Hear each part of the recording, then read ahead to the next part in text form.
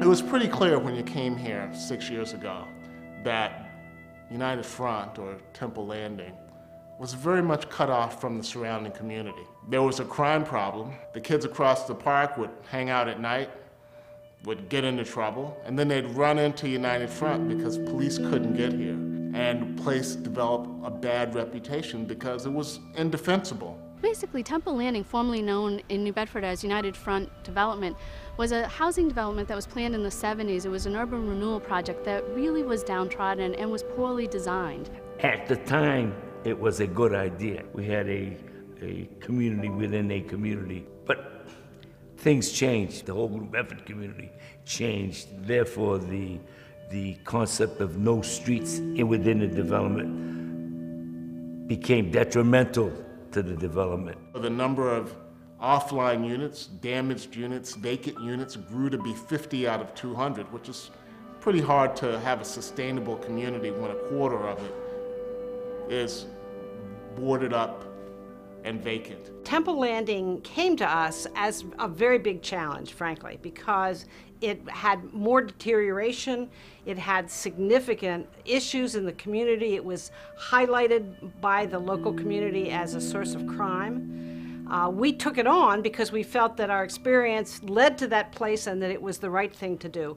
But it meant we had to do more demolition, we had to do a more complete redesign of the site than we have had to in other situations. Amy and Roger and their entire development team came in to see me early in my administration and said they had a real desire to work in New Bedford and specifically work at the United Front housing development. And at the time I indicated that I wanted the entire area raised and reconnect the streets and build a new development, or I wasn't really interested in talking about it. POAH and United Front Development Corp really took a look at that and made connections to the neighborhood and made improvements and revitalized buildings and built new buildings, keeping in character with the neighborhood, and really made a positive change.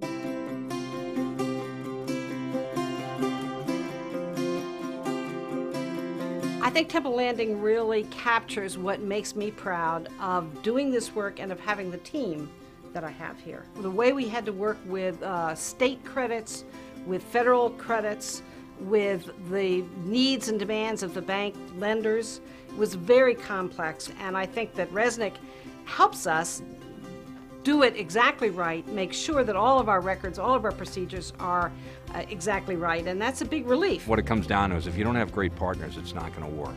So whether it's POAH, Reznick, whoever was involved from the standpoint of the private sector, the contractors, what you needed to do in this case was say, what do you need from the governmental standpoint to have this happen?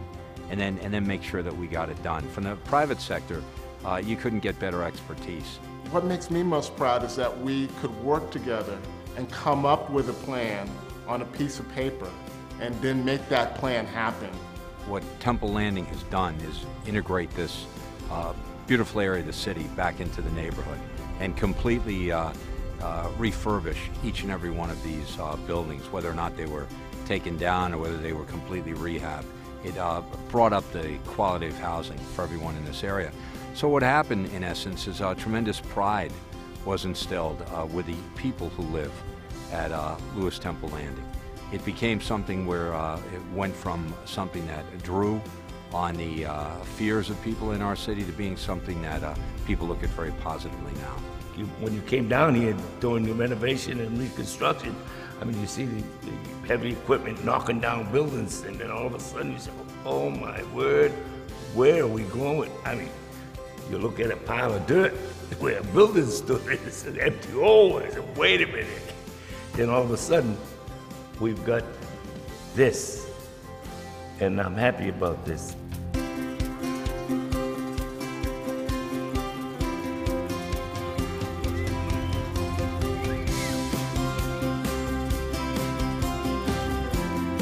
For the 40 years, people had a roof over their head.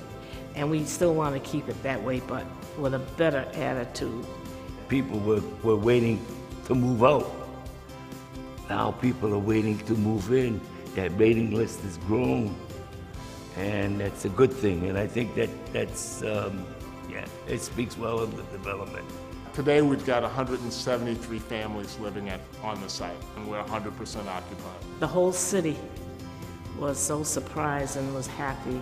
I'm very proud of the work that has been done and what we've done with POAH as a partner.